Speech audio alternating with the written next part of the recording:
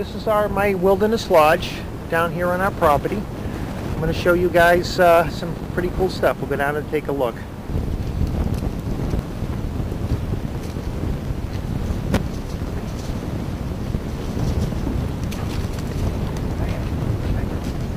This is the inside of my studio. I built it as a cabin, and then it quickly became my summer studio where I paint. I have my paint table over here. These are a few of my paintings that I work on. I'm always down here. I have a lot of moose-related things in here. People drop off moose, or I collect moose-related things. There's some sculptures and moose antlers. Anything basically outdoors is what I kind of collect and add to the cabin. At first it was just the cabin, and then it became the porch. And I keep adding all these different elements to it, things that I find on the property, like the bee's nest and the bird nest, and just a lot of little woodland things. I got this guy here at the Harvard Flea Market 2 years ago. I had to add the butterfly to his nose. I got that at the Harvard Flea Market as well. This actually came from our summer home up in Maine. Anything with a moose on it, people tend to give me for birthday presents or just gifts, or anything Maine related. They made this foundation here. Obviously, they put a lot of time and effort into it. So it was a very reliable source of water for the barn and for the farm. When I first uncovered this platform, there was nothing here, but I always wondered how to get into this second room, this hidden room behind the pump room. So one day when clearing it off, I heard this clunk noise, and I realized this is hollow. There's something here. So we, like archaeologists, I guess, we uncovered the soil and found the manhole cover. And then I said, aha! I know how they got in there and how they built this thing.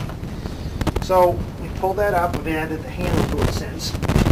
And underneath here, see down here or not, is probably 5 to 6 feet of spring water. And this routinely flows through here out into the brook. It never changes. The temperature's always the same. It never freezes in the winter or gets hot at all in the summer. It's crystal clear drinking water. Occasionally have a spider or two in there. I actually built this ladder down into there. If anybody ever fell in there, there'd be no way out. So it's sort of an escape route, if you will. That's what really started the whole cabin. It's completely under this entire room is that spring down there. We're standing about 5 feet of spring water. And then from there I started to build the cabin. Someday I'm going to tap into this. I'm going to get a pump in there, like an RV pump, and start pulling water out of there with a filter on it. So I'll have running water and electricity and all the comforts of home. I work in a bunch of different mediums, mostly oils and watercolors. I'm also being an artist and a builder. I'm very tactile and have a lot of interest in three-dimensional work. And this is one of my pieces right here. It's what I call a landform map. It's no place in particular. It's sort of a fantasy kind of place. To me, maps are artwork in themselves, so I kind of do that as well. This is my most recent painting. I'm a big fan of the Hudson River School of Painters. This particular painting was done by myself, but it was copied from Albert Bierstadt. It was painted in probably 1860. I added some of my own elements to it, just my own style and design, but I've always been a big fan of these guys. I've always been a landscape painter. This is another painting of mine. It's probably it's probably almost 30 years old now.